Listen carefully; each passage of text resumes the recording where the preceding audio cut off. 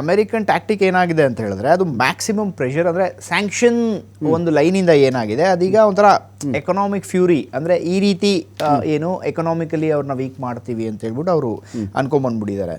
But ಇದು ಏನಿದೆಯಲ್ಲ ಈ ಗ್ರೇ ಝೋನ್ ಟ್ಯಾಕ್ಟಿಕ್ ಏನಿದೆಯಲ್ಲ ಅಂದರೆ ಇವರ ಒಂದು ನೇವಲ್ ವಾಲ್ಸ್ ಏನಿದೆ ಅಮೆರಿಕ ಕ್ರಿಯೇಟ್ ಮಾಡಿರುವಂಥದ್ದು ಇದನ್ನು ಸಿಸ್ಟಮ್ಯಾಟಿಕಲಿ ನೋಡಿ ಒಂದು ವಾರ್ ಅಂತ ನಡೀತಿದೆ, ನಮ್ಮ ಮೇಲೆ ಅಟ್ಯಾಕ್ ಆಗ್ತಿದೆ ಅಂತ ಹೇಳಿದ್ರೆ ಆ್ಯಂಡ್ ಈ ಒಂದು ಆಯಿಲ್ ಬಿಸ್ನೆಸ್ಸಲ್ಲಿ ಆಯಿಲ್ನ ಶಿಪ್ ಮಾಡಿ ಆಲ್ಟರ್ನೇಟಿವ್ ದಾರಿಗಳು ಎಲ್ಲರಿಗೂ ಗೊತ್ತಿರುತ್ತೆ. ಸೊ ಘೋಸ್ಟ್ ಫ್ಲೀಟ್ ಅನ್ನೋದು ನಾನೇನು ಹೇಳ್ತಿದ್ದೆ ಅಲ್ಲ, ಸೊ ಇದು ಒಂದು ರೀತಿಲಿ ಇದು ಫ್ಲೋಟಿಂಗ್ ಸ್ಟೋರೇಜ್ ಸರ್ಜ್ ಅಂತ ಹೇಳ್ಬಿಟ್ಟು ಆಗಿದೆ ಇವಾಗ ಅಂತ ಹೇಳಿದ್ರೆ ಇದು ಅಫಿಷಿಯಲ್ ರಿಪೋರ್ಟ್ ನಾನು ಹೇಳ್ತಾ ಇದ್ದೀನಿ.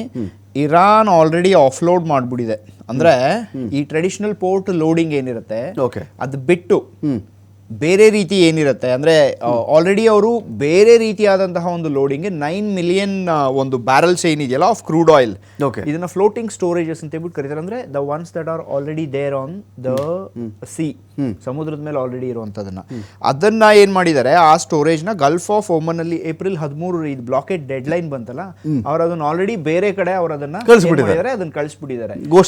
ದುಡ್ಡು ತಗೊಳ್ಳೋದೇನು ಪ್ರಾಬ್ಲಮ್ ಇಲ್ಲ ಅವ್ರಿಗೆ. ಅದನ್ನ ಆಲ್ರೆಡಿ ಬ್ಲಾಕೆಡ್ ಎಫೆಕ್ಟಿವ್ ಆಗಕ್ಕೆ ಮುಂಚೆ 9 million plus another 2 million barrels ಏನಿದೆ ಇದನ್ನ ಅವ್ರು ಆಫ್ಲೋಡ್ ಮಾಡಿದ್ದಾರೆ. ಇದಕ್ಕಿಂತ ಇಂಪಾರ್ಟೆಂಟ್ ಏನು ಗೊತ್ತಾ, ಒಂದು ಶಾಮ್ಖಾನಿ ನೆಟ್ವರ್ಕ್ ಅಂತ ಹೇಳ್ಬಿಟ್ಟಿದೆ. This is very very interesting thing.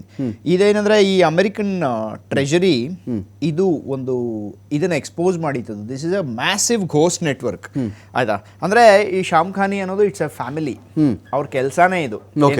ಈ ರೀತಿಯಾದಂತಹ ಒಂದು ಏನಿರುತ್ತಲ್ಲ ಈ ಒಂಥರ ಬ್ಲಾಕ್ ಟ್ರಾನ್ಸಾಕ್ಷನ್ಸ್ ಏನಿರುತ್ತಲ್ಲ ಅವರು ಇದ್ ಮಾಡ್ತಾರೆ. ಅಲ್ಲಿ ಏನ್ ಮಾಡ್ತಾರೆ ಅಂದ್ರೆ ಒಂದಷ್ಟು ಕಂಪನಿ ಒಟ್ಟಿಗೆ ಅವ್ರು ತಗೊಂಡ್ಬಿಡ್ತಾರೆ, ಫ್ರಂಟ್ ಅಲ್ಲಿ ಅವ್ರು ಇಟ್ಕೋತಾರೆ ಅದನ್ನ. ಅಂದ್ರೆ ಇಲ್ಲಿ UAE ಇಲ್ಲಿ ಇಲ್ಲ ಮಲೇಷಿಯಾ ಅಲ್ಲಿ ship to ship transfer on the sea ಮಾಡ್ತಾರೆ ಅವರು.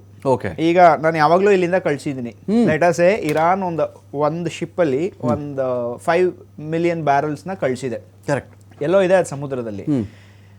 ಇನ್ಯಾವುದು ಹಡಗು ಇರಾನಿಯನ್ ಶಿಪ್ ಅಂತ ಗೊತ್ತೇ ಆಗಲ್ಲ. ಫಸ್ಟ್ಲಿ ಇವ್ರು ಕಳ್ಸೋದು ಹಂಗೆ ಕಳಿಸ್ತಾರೆ, ಅರ್ಥ ಆಯ್ತಾ.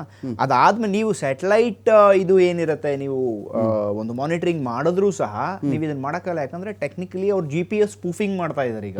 ಅಂದ್ರೆ ಇದು ನಮ್ದೇ ಗೊತ್ತಾಗಬಾರ್ದು ಅಂತ ಹೇಳ್ಬಿಟ್ಟು. ಸೊ ಶಾಮ್ಖಾನಿ ಏನಂದ್ರೆ ವೇರಿಯಸ್ ಕಂಪನೀಸ್ ಮುಖಾಂತರ ಸಮುದ್ರದಲ್ಲೇ ಶಿಪ್ ಟು ಶಿಪ್ ಟ್ರಾನ್ಸ್ಫರ್ ಮಾಡಿಸ್ತಾ ಇದ್ದಾರೆ. So that's another tactic. ನೀವು ಗೋಸ್ಟ್ ಫ್ಲೀಟ್ ಅಂತ ಇದಕ್ಕೆ last point gold for oil. ಇದ್ರ ಬಗ್ಗೆ ನಾನೇನು ಜಾಸ್ತಿ ಹೇಳೋ ಅಷ್ಟಿಲ್ಲ. ನಾನೇನೇನು ಆಯಿಲ್ ಕೊಟ್ಟಿದ್ದೀನಿ ಅದನ್ನ ಗೋಲ್ಡ್ ನನ್ನ ರಿಸರ್ವ್ಸ್ ಏನೇನಿದೆ ಎಲ್ಲಿ ಈಗ ಎಲ್ಲಾ ಕಡೆನೂ ಅಮೆರಿಕನ್ ಇದಿದೆ